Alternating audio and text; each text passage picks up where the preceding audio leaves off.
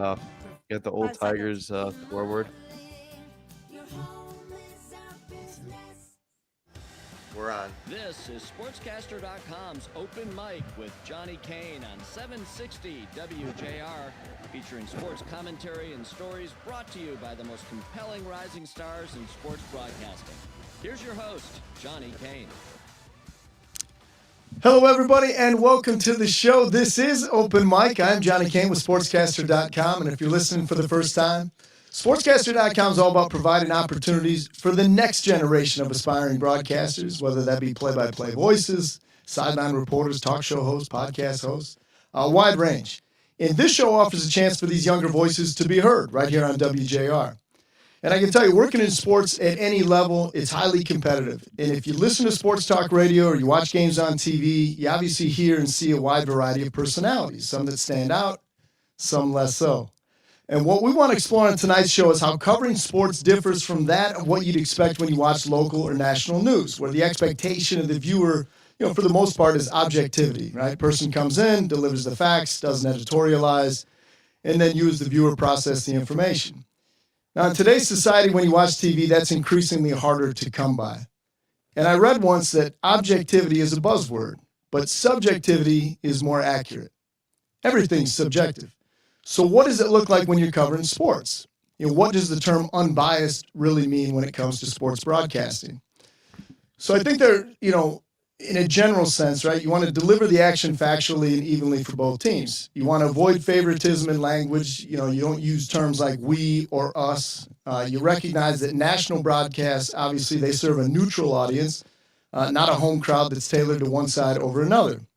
So where does emotion fit in? How does that work? If a voice cracks with excitement, is that such a bad thing?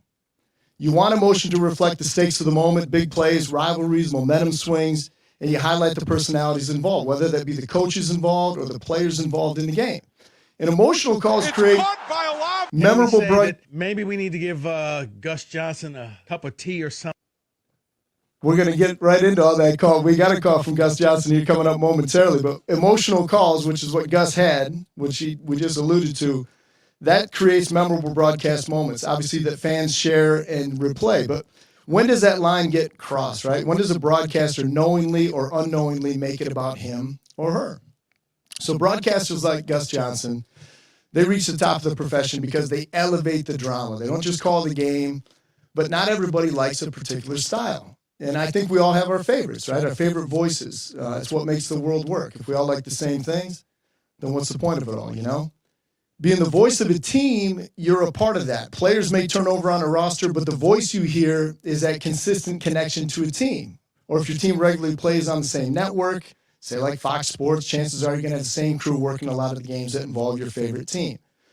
So sports broadcasting traditionally aims for objectivity, but fans increasingly expect energy and personality. And Gus Johnson's one of the most recognizable voices in sports precisely because of his emotional calls. And if I'm being honest, he's one of the voices that helped inspire me because he isn't a cookie cutter delivery, right? He's over the middle. I think I might have borrowed that one time when I was doing high school football play-by-play. You never want to steal style, and certainly you don't want to steal phrases, that's for sure. But Gus Johnson brings great emotion to his calls. Gus is a Detroit native, graduated from UD Jesuit. And I remember when I first met him, actually covering the NCAA tournament back in 2008. I was working at a local news station, and it was before a Kansas-Villanova game, and I had seen Gus Johnson, who was doing a lot of work with CBS Sports at that time. And I remember I jumped off the podium to say hello to him, and I was carrying a camera at the time. I might have even fallen into him. He's like, take it easy. But I wanted to go over and just say, hey, man, I really appreciate the way you call basketball. And obviously he's parlayed that into great success and now is one of the lead voices on Fox College Sports doing college football. And his call here recently during the Penn State-Indiana game earlier this month caught some attention. And that game in particular is a great example of where that line can be perceived as being blurred between excitement and perceived bias. Now, I personally didn't take issue with the call. In fact, I love the call, and we're going to play it for you here coming up. And we want to get your reaction. So if you're a sports fan and listening tonight and you have a thought about what you like, what you expect, what irks you, we'd like to hear it. The number to call in tonight is 1-800-859-0957. Again, that's 800-859-0957. What's your take? And maybe you'll want to hear some more examples before you weigh in. And over the next hour, we're going to play for you some memorable calls over the years from Big Ten football and the Detroit Lions, some of the most well-known broadcasters from our state. Legendary calls from the late Bob Ufer from University of Michigan football, also Jim Brandstetter, another former voice of the Wolverines. We'll hear from Dan Miller, longtime voice of the Detroit Lions, and, of course, from Gus Johnson, who I just mentioned. And we're going to have a panel of sportscasters on tonight to discuss the role of the sportscaster connecting with an audience, how you go about making it your own without alienating certain parts of that audience. So I think most of us agree that while some personal touches are accepted, it's when a broadcaster pushes a personal narrative too hard that can hurt a sportscaster's reputation of perceived professionalism. And working in sports, I can tell you, it isn't the type of career you want to set out in if you're easily offended or criticized. None of us is infallible. And doing live games, I can assure you, even the greatest would like a do-over from time to time. But it's live, and it's in the moment. And I heard once, like doing a game is like a painting. So you might have made a mistake in the process that you can't really paint over. So you just have to draw attention away from it with the rest of your strokes. So you might make 150 calls, let's say, in the context of a game, and wish you could do better on 3 or 4 of those. So a masterpiece is perfect. And I know I'm still working on my first. And many of the calls you hear tonight are from the most critical moments inside a game. Did the broadcaster meet the moment, or did he overdo it? That's subjective. When we come back after this break, we're going to talk about the Gus Johnson call and hear from one of the biggest Detroit voices in sports talk radio. Again, we'd like your opinions on this. Be sure to call in 1-800-859-0957. Let us know what you think. You're listening to Open Mic here on WJR.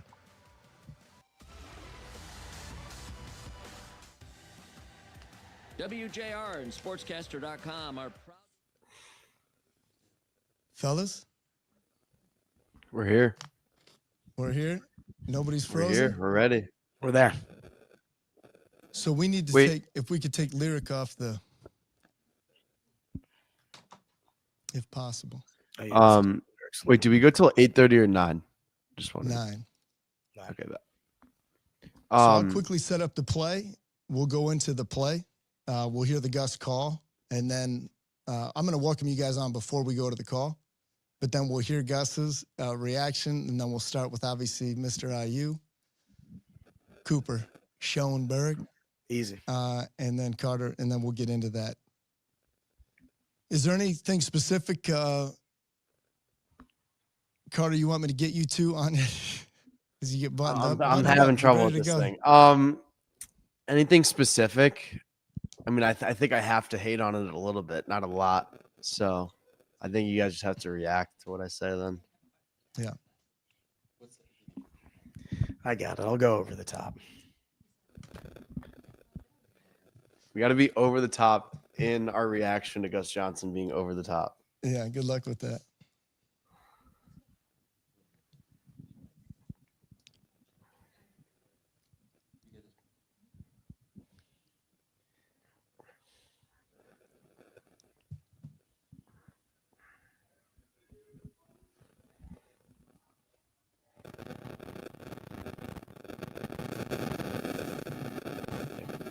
Somebody's phone's near the laptop. It's me. Why do you look guilty?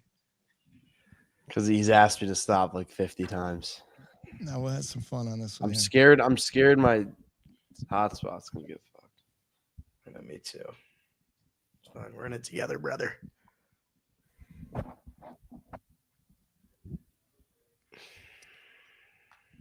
Yeah, Johnny, maybe like be ready for that just in case. What's that?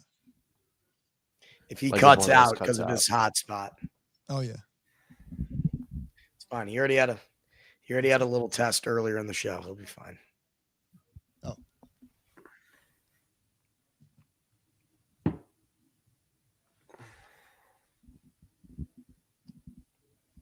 Sportscast. We put the mic in your hands. You got it.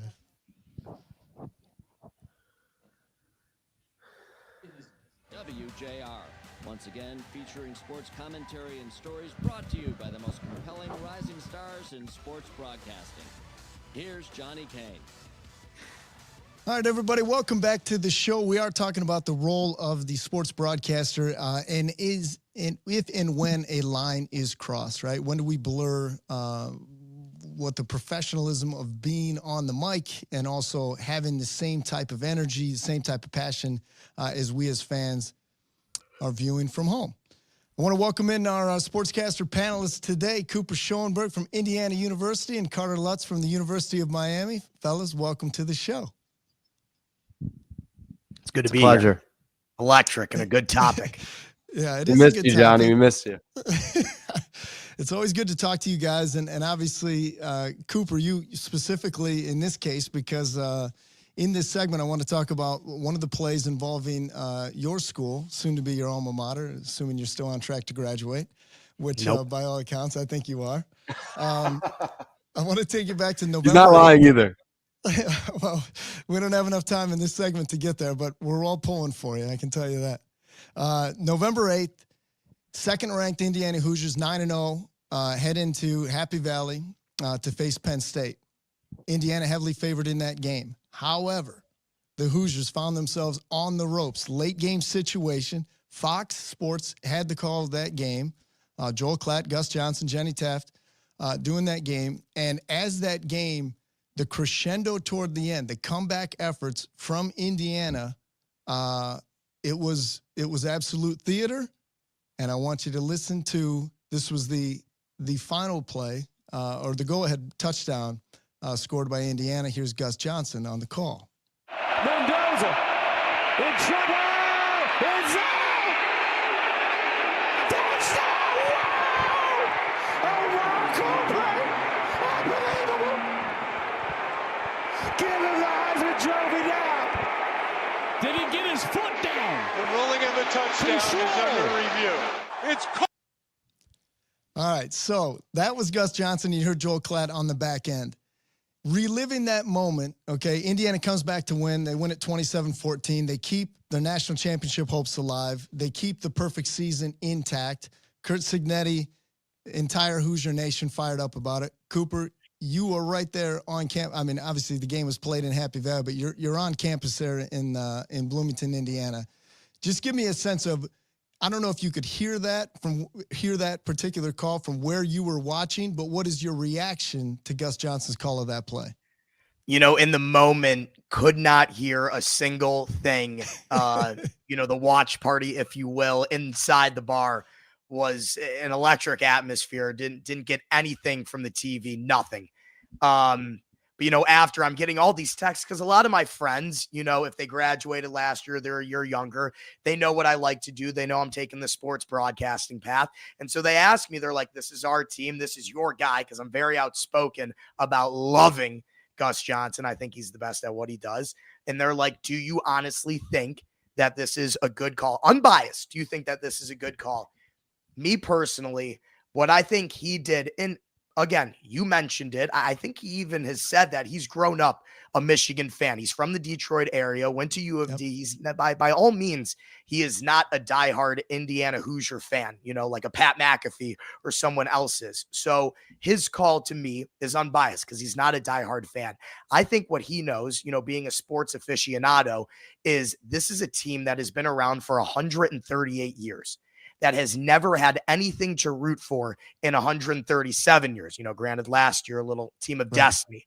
Now, to keep a perfect season intact in a team that has never won in Happy Valley, he understood the stakes. He understood the moment. And for what was one of the greatest toe-tapping catches. So to me, I loved it.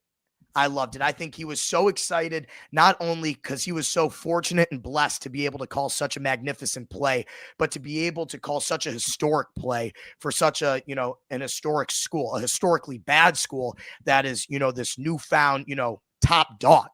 And so I think, and what I said earlier is encapsulated. That moment stood still for him, spotlight on him and just the wow, the voice crack. Give him the Heisman Trophy now, the toe tap, the everything. Joel Klatt couldn't even get a word in. I thought it was amazing. And when they just played that clip, chills on the back of my neck. Carter Lutz, obviously you're not directly tied to Indiana's football program. You as a college football fan, your reaction to the call? Shout out Cooper for laying that out there because he did a good job. Obviously, Gus Johnson's like a hero for us and a big reason why we got into this and a big reason why we're both so enthusiastic over the mic. I have a lot of respect for Gus, and I appreciate the enthusiasm he brings on the mic. Every broadcaster has their own style, and that's what I try to keep in mind when I'm doing my thing. He's got his own style. Everyone knows it. A lot of people love it. But over the past couple of years, it feels like something is almost changed where on that call specifically, I like how he made it a big moment because it was a game Indiana were big favorites going into it. Didn't think it was going to be a good game. Then there's a ton of emotions into it. We're back and forth. And then an unbelievable catch. It deserves a proper call. The only problem I have with it is that it sounds like if someone was going to make an impression of Gus Johnson, that's what it would sound like. Gotcha. He's a little over the top with the voice. You can feel like he's thinking about what he's saying, wanting to be over the top while it's going on. So it didn't feel as natural. It felt like more of I need to do the Gus Johnson thing because this is the moment to do it, instead of just kind of letting it flow. And it ended up coming across a little bit over the top. Love how he was excited for it. Love how he approached it. But maybe, the actual process of him calling it wasn't as genuine as Gus usually has, and as Gus has with his, classic calls. Well, there are differing opinions on the call, and I appreciate that take. Mike Valenti has an afternoon radio show on 97.1. He had his own take on Gus Johnson's call. Listen to this. Can we say that maybe we need to give Gus Johnson a cup of tea or something before he makes these calls? Can we say that a network executive needs to sit him down and go, here's the deal. You're not the storyline. The game is. That was such a fake response. He didn't lose his damn voice. He faked it. He's fake. His whole existence is fake. What a fake call. He lost his voice. No, he didn't. He's a fake. Well, no, I think he did because every play on that drive was, oh, my God. Because he's Gus, fake. They aren't all that great of a play. Right. So now, when the moment is the moment, you've cried wolf so many times, none of us can be bothered. He ruined the moment. All right, that was Mike Valenti and Rico Beard from 97.1 in their reaction to that call. And so let me say this, because we did play just the touchdown play. So it wasn't as if he just reached into a bag and then delivered this, voice cracking, go by, give him the Heisman. There was a buildup, a crescendo that naturally built that led to the go-ahead score. So I just want to say when I've done play-by-play and I've had discussions with my bosses from time to time where they say, when you rise to meet the moment, if you already get to a certain level, whether it be an audible level, do you leave room to go where you've got to finally get to punctuate and accentuate that play? What I can say is, and this happened to me one time doing an overtime game with the Pistons and Spurs back in New Year's Day 2022. Game gets to overtime, and when I went back and rewatched, it reminded me of Gus's call on that go-ahead scoring drive, because you don't know what's happening next, right? So in that moment, that next play or that next bucket or that next first down, that is the biggest moment to that point. So are you doing justice to yourself and to the viewers if you're holding back, right? But if you're already, reverberating at this pitch, that now once it finally happens, right, everybody's thinking, well, it could happen. Do you leave something in the tank in order to get to another level to get to? You always try to rise and hit that moment and do justice to the call. I felt like the way that Gus had done it, because that drive, it was building. He was already so far here that obviously some of the opinions of Valenti and others felt like, and you too, Carter, where it felt like, hey, it almost felt in some ways a little bit fabricated, a little bit of performance, and did Gus make it about himself? I don't feel that way. I felt like he went as far as he could. And for anybody that's ever put on a headset, which you guys obviously will be doing more of in the years to come, you're going to be in those spots. And when it's live and it's happening right now, there is no, hey, if this happens, then I'll do this. No, it is live. That's the beauty of live sports. You don't know. Nobody knows. So you're reacting in real time as a human being like, oh my gosh, I can't believe that happened. Oh my gosh. Oh no, this, then this. So I felt like Gus Johnson, again, I don't have a tie to Indiana University either. I thought because of all the stakes of the game, of that magnitude, I felt like he went and hit it. And again, his voice, whether he needs some tea or whatnot moving forward, we'll have to figure that out. But Gus Johnson's obviously gotten to the place that he has because he has come at it from an authentic approach. All right, fellas, don't want you to go anywhere because we have more memorable calls from throughout the years coming up next on the show. What's your take? How do you feel about it?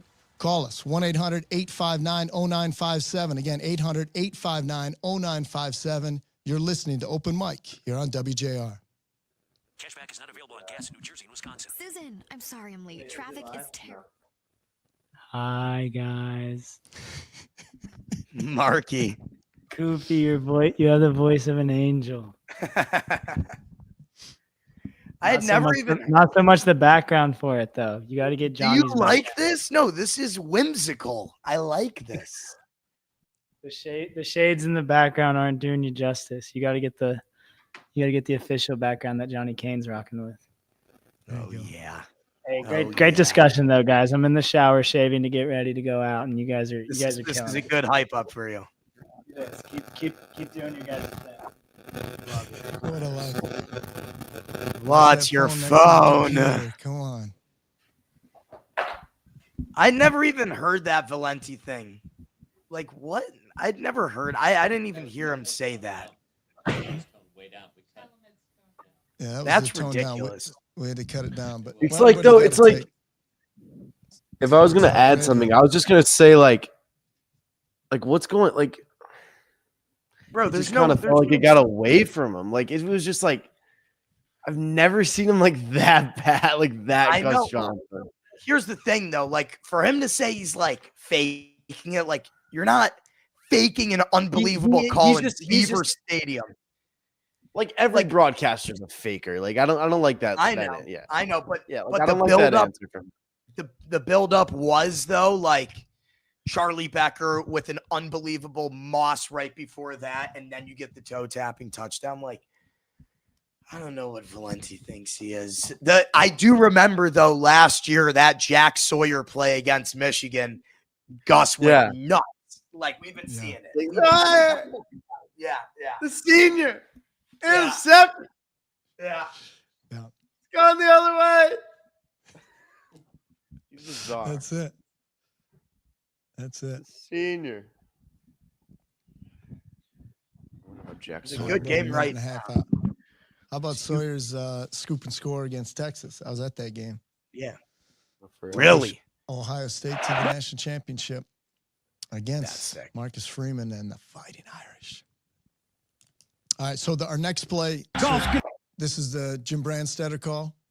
Okay, this is Ohio State, Michigan, 2021. Where were you? There with each other. Were you? No, you weren't. Oh yeah. Yeah. Okay, who wants to lead this one off? So I'm going to set it up. We're going to go to the call. I can lead it off. Was it his last game as a broadcaster? Yeah, so we'll tie that in. That was his last game, regular season game. That's what I thought. New weekly sports talk show designed to amplify voices from the next generation of sports broadcasters, offering new perspectives on the latest headlines and behind-the-scenes insights into the world of sports. Hosted by acclaimed sportscaster Johnny Kane. Listen tonight from 8 to 9 p.m. right here on WJR.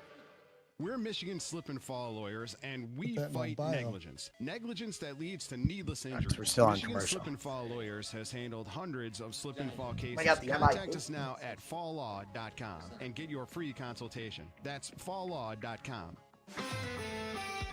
Help WJR thank our heroes this Christmas. It's WJR's Christmas on Us, our way to honor the dedication and sacrifice of Michigan's active military families and veterans. They make sacrifices all. There was no lead in yet. That was a commercial. You know, a deserving family who serves our. We're coming back here in 15 seconds, though. Is proudly supported by Who's Calculus that? Foundation Repair and Waterproofing, Kearns Brothers, McFarland Painting, and Shelving.com. Visit WJR.com to submit your nomination today and help us give the gift of Christmas.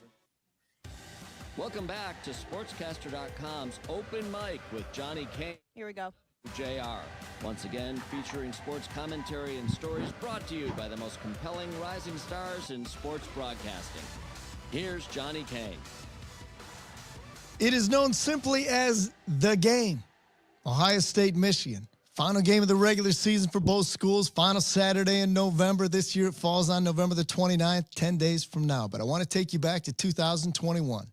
Longtime Michigan broadcaster Jim Brandstedter's final regular season game in the Michigan football radio booth.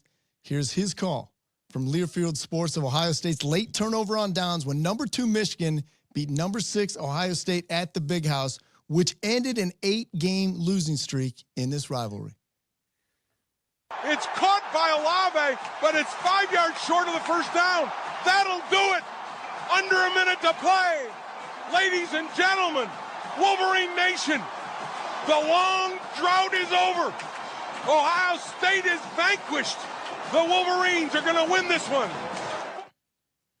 All right, that was Jim Brandstetter. I want to welcome back our sportscaster panelist, Cooper Schoenberg from Indiana, Carter Lutz from Miami.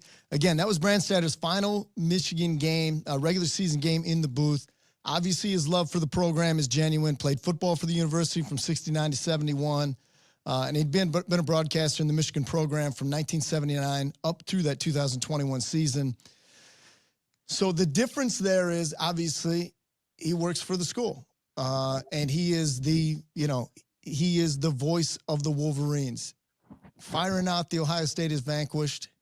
It's a memorable call, obviously a little more memorable if you bleed maize and blue.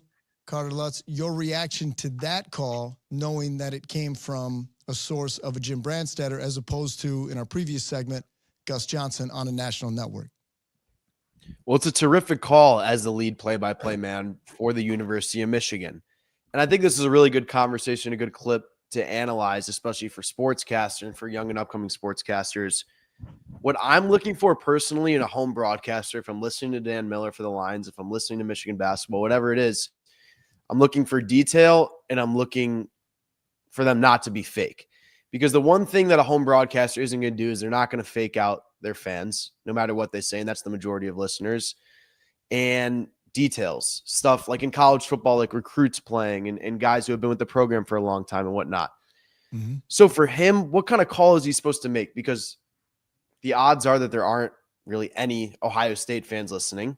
It's the first time Michigan has beaten Ohio State in 9 or 10 years, a pain that was felt, that brought out emotion, not only in him, but it brought out emotion in the fans. So in all honesty, I see nothing wrong with it. I think it's a good clip to analyze, to kind of talk about what a home broadcaster should look like. But I mean, that game, that magnitude, it is what it is. It's Michigan, Ohio State, haven't won in 9 years. And sometimes, when fans are watching this, when people who have followed the team, they kind of black out in these moments, and it just happens. And I wouldn't be surprised if Jim said he blacked out in that moment with everything going on. But he did a good job. Cooper? Not much of a rebuttal, just going to kind of piggyback. I like a guy that take reminds me of, where it's keeping it real, is I can respect Paul Allen of the Minnesota Vikings, where, he's going to let you know how he feels, Sure. To a certain extent. It's like, all right, let's relax a little bit. But from that Michigan call, for that to be his final call in the booth, for that to be his final game at Michigan, for it to be, breaking an 8-game losing streak to the biggest rival, not only in your, in between your school, but what I believe is the biggest rivalry in American sports. I mean, it's the game for a reason. THE, it's the game for a reason. Yes. And for it to be at the Big House, for that to be, his swan song, like, I think just letting every emotion out. Now, I'm not going to try to sound like a broken record. It's like going back to the Gus Johnson. I think Gus Johnson knew 138 years. Okay. Now what the Michigan, what he knew is it's been 8 years since we've got our last dub against our biggest rival. This is my last game. I've been a part of this program since 1969. I'm going to leave it all out there. And yes, he has a little more leniency to do so because he is the home broadcaster. His job is to call the game for his team, not really give kudos to any other team, especially in Ohio State. He's not going to go out there and say that they're the greatest team ever because, that's his biggest rival. I mean, he played against them and now he's calling games against them. But I love it. Go out there. That's your curtain call. And I thought it was phenomenal myself. I did too. And honestly, and I respect Jim Brandstatter. I don't know him all that well. Again, Michigan's ranked number 2 in the country at that time. Ohio State was 6. Obviously, they had, Jim Harbaugh. It had taken a long time for him to get over the hump. And when you have, I think it's just important to always remember. So when we mentioned, like, Jim had been a part of, the Michigan program for so many years that as a human being, of course, he's going to feel a certain way. So, and not necessarily the home broadcast is looking for all that much objectivity. If you're ever driving in the South and you listen to SEC football home network broadcast, it's even, it is overboard on every place. I don't know what they're looking at out there. And you're not expected as a viewer or as a listener to get this unbiased, balanced, just call the plays, 3rd and 7, completion, first down. You want to elicit some type of emotion, but it's just natural because there's so much passion that's enveloped in sports that as a fan, you get mad, right? Or you get upset. It's, I can't believe I'm such a homer. It's almost become this thing where you say, well, this guy's showing favoritism over here. I think it's important. Well, what channel are we watching or what prism are we watching it through? And do we give a little bit of grace or do we say, hey, I can understand why this person or this individual executed a call this certain way. I think that's, and you brought it up, Carter, the whole idea is when you are the voice of a team, that is the expectation going in. Now, if you were, let's say, from the state of Ohio and you had come up to the Ann Arbor area and you catch it on the radio and that's the only broadcast you can get, you're probably thinking to yourself, oh my gosh, who's this homer? And you're like, well, that's kind of the idea. You know what I mean? Because the vast majority of your listening audience wants to hear it from a Maize and Blue perspective. So I just think that's important from a fan standpoint of understanding, like, what are your expectations going in? Can you handle it if that broadcaster is giving you a fair assessment of what the game is? Now, if he came on and said, hey, that's a bogus call, it should have gone this way or whatever. Now you're starting to, inflect some of your own opinions into how the game is played out. But in those big moments, no, you've got to react. You've got to have some of that fandom in it. Because for all of us that want to put a headset on one day, it's like, how are you going to, in those critical moments, in those biggest games of your life, and for those players' lives, and for these coaches' lives, and for most of the fans' lives, like, how can you make it memorable without making it about yourself? I don't feel that Jim Brandstatter made it about himself in that situation. I think he made it about the program. Again, the magnitude of that situation as it was. And to your point, Cooper, going back to the Gus Johnson call, even though it was for a national network, and let's just say it was 50-50, half the people are looking for Penn State, half are looking at IU, Gus is always prepared, much like Brandstatter. If you say, here's what's at stake, like, this is why this moment matters. It's not just the end of a game on an incredible toe tap. There's 138 years of history behind it, or in the Michigan-Ohio State rivalry, which precedes all of us, about why that game means so much. I am going to fire a line like, Ohio State is vanquished. Like, that's a line. Like, that's a great call. And me being not a Michigan football fan necessarily, it hurt, but it was accurate. And I thought that Brandstatter made the right call on that particular play. We are going to continue with the college football theme and also talk a little bit about the Detroit Lions as well. Carter, you mentioned about Dan Miller, obviously the longtime voice of the Lions. We're going to be hearing one of his memorable calls here coming up and dissect that one as well. Want to let everybody know we'd like to get your thoughts. What are your opinions on it? Call in 1-800-859-0957. We're also going to reach deep into the archives and pull out an old Bob Ufer call from the Michigan Wolverines. You're going to love this one. That's coming up next here on Open Mic on WJR. Cashback is not available on gas in New Jersey and Wisconsin. Susan, I'm sorry. How much time do we have till we're back?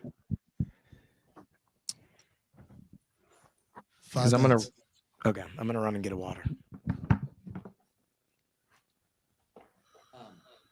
I could identify. I could call in. You know what I think is a really good point? If I were to call in legitimately, I would call in and I would say, You know what, guys? You can talk about Gus Johnson being a national guy. You can put Branch there being the homer, whatever it is. Let me tell you something. I watch sports to be entertained. And damn that Gus Johnson call is entertaining. Damn that Branch.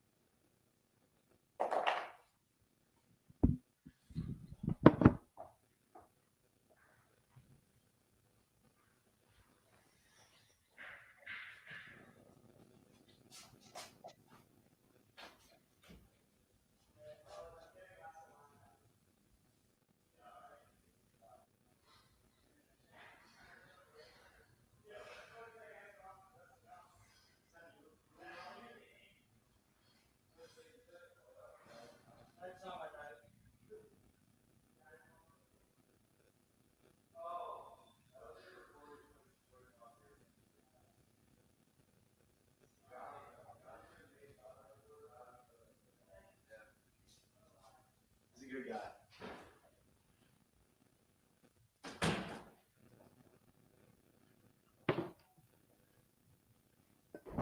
Hello?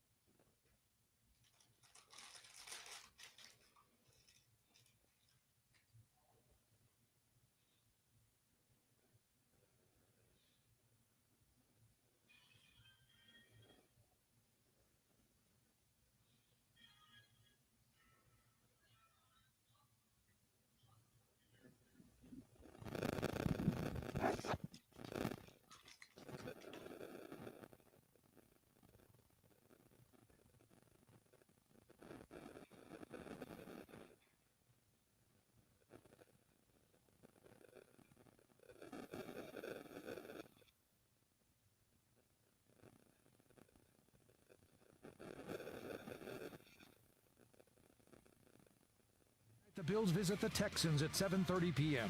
Your home for NFL football is 760 WJR.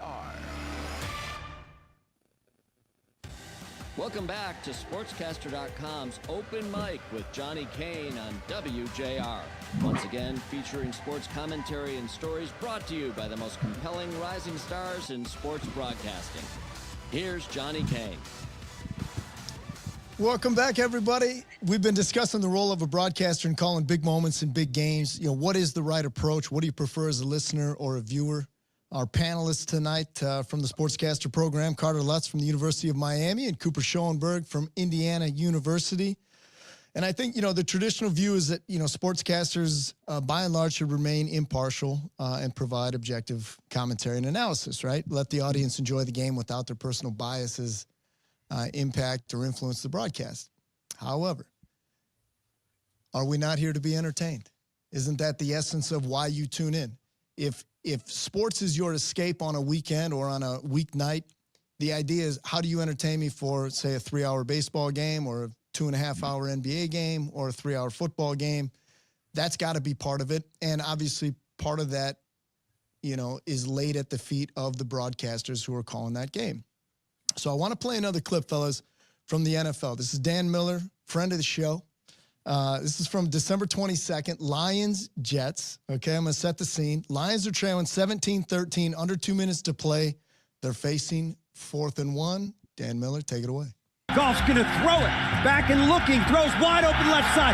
Brock Wright with it to the 30. Brock Wright 25. Brock Wright 20. Comes back at the 10. To the 5. Yes. To the end zone.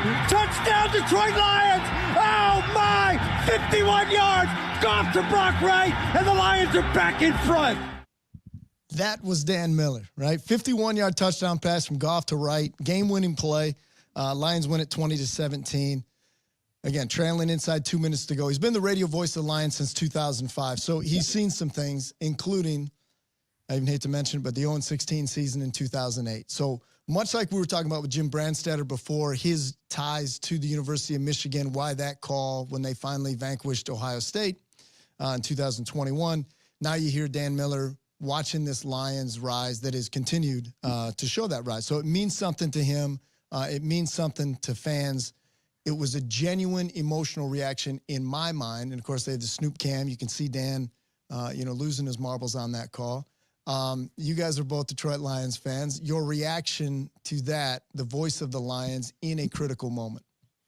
I'll say something quickly to get the conversation going. One thing to note with that, and obviously it was a great call. I think it's Dan Miller's best call maybe. It was a big game for the Lions at the time. They were just coming up on, I think, right after the halfway point of the season, just started a winning streak. But we talked about with Gus Johnson how everything was leading up to the big play. Everything was leading up to that big catch in the end. Well, here, this time, it was 4th and 1 from midfield. Right. The Lions, you thought they were just going to pound it up the middle with Jamal Williams at the time, is that's what they were doing. And it was an electric play. It was a play action on 4th and 1, a little drag route from the tight end, and he took it to the house. I mean, it's one of the best plays of the Dan Campbell era.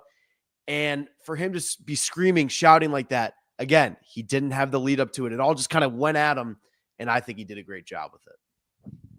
Yeah, no, I think you hit, the nail on the head, because if you remember, the previous season was the first season under Dan Campbell, 3-13-1.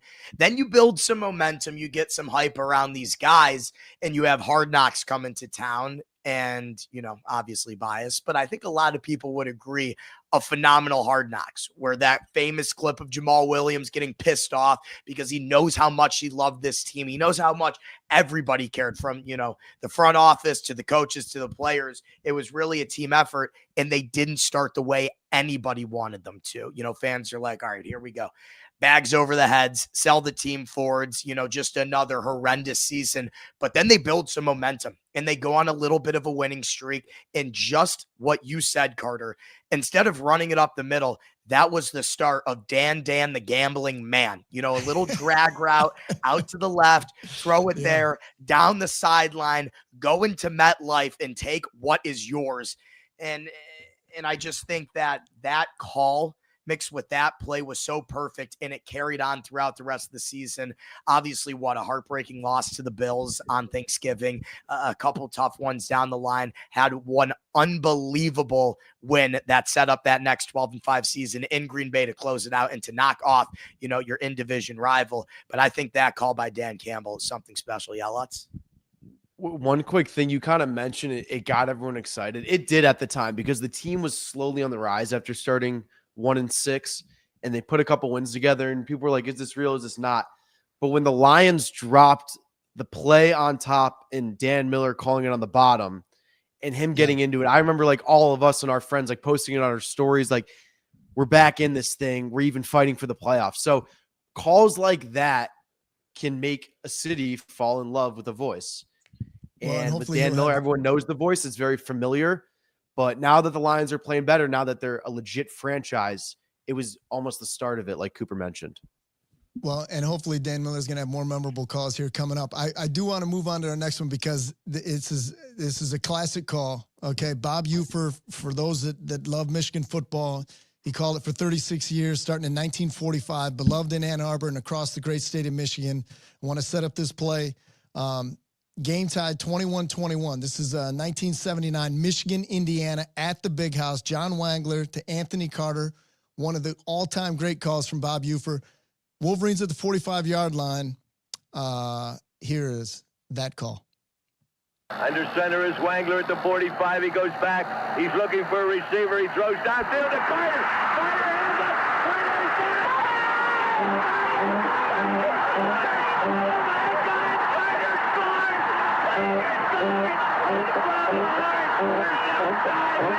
Look at those Wolverines. 95 Wolverines go into the end zone. Carter got the pass. In the end, it's done. Buford is going out of his mind. I have never seen anything like this in all my 40 years of covering Michigan football. Anthony Carter, the human torpedo, got the pass. Bo Schembechler is looking up and he's looking up at Fielding H. Yost in football's Valhalla. And Bo Schembechler says, "Thank you, Fielding Yost. Thank you, Fielding Yost, for that one." I mean, there's nobody that could listen to that call and not elicit some type of emotion coming out of it. The late, great Bob Ufer, 1979, Michigan, Indiana. Game was tied 21-21, 6 seconds to go. There's the 45-yard line. Michigan goes on to win it 27-21. They go on to the Rose Bowl, beat Washington in Pasadena that year. And John Wangler even said afterward, when he went back and listened to it, he said it sent chills up and down his spine hearing Bob's call. He said, I feel like Bob's call was better than the play itself, but that's how much it meant to Bob Ufer. That, to me, again, listening to it as a broadcaster and all that he put in, his heart and soul into that program, when you hear a call like that, but to be able to have the turn of phrase, to be able to keep it going. And I've heard some great ones over the years that how do you get to that moment and how do you just keep threading it, right? How do you keep punctuating that moment? Because I thought Ufer did it better than anybody could. And just listening to that again, I know that I hope for a lot of our listeners that maybe hadn't heard that in a long time, that they took something from that one, Coop. I mean, and I'll be unbiased because that's against Indiana. You know what I mean? Like, right. Grew up a diehard Michigan fan and now have been adopted into this Indiana Hoosier family. But that is the epitome of a great call. And I think it's even a little more special because those old timey calls, it's a mixture between like the bad audio, but really catching everything from the crowd pop to the players running on the field to the marching band going ballistic, and him to not only just, continue on with the play, but you can really tell when it means the world to these guys. And they are thinking everybody from Yost to the faculty at Michigan and whatnot, like just how special of a play and moment that is. And it's going to give everybody chills. It's going to give you for chills. It's going to give me chills, 50 some odd years later, something really special. And when you can say it's going to continue to give, people chills that far down the line, that is how you have something special in your hands. Anthony Carter even said, it was one of the most exciting plays, obviously, he had ever been a part of. But when the players themselves, when they react favorably to the call of the voice of the team, they've obviously hit the mark. I feel like you guys hit the mark this week as well. Appreciate having both of you guys on. Carter Lutz, Cooper Schoenberg, a couple of rising sportscasters in the industry in their own right. We are up against it. Carter, what do you got? One last thing on that last call. You can't forget where you came from. Guys like Gus Johnson, guys like Cooper Schoenberg, they set the rules for broadcasting. They set the tone. So it's good to go back and listen to the old timers because that's how they had to deliver it. I mean, it couldn't just be a normal, regular call. I think it's good to go back and hear the way that they delivered it, and it's inspiring. Yeah, it's inspiring, something that we all aspire to do. I appreciate having you guys on, and I appreciate everybody tuning in this week for a special edition of Sportscasters Open Mic. Hope you got something from it. To Carter Lutz, to Cooper Schoenberg, our entire crew, we will see you again next Wednesday night at 8 o'clock here on WJR.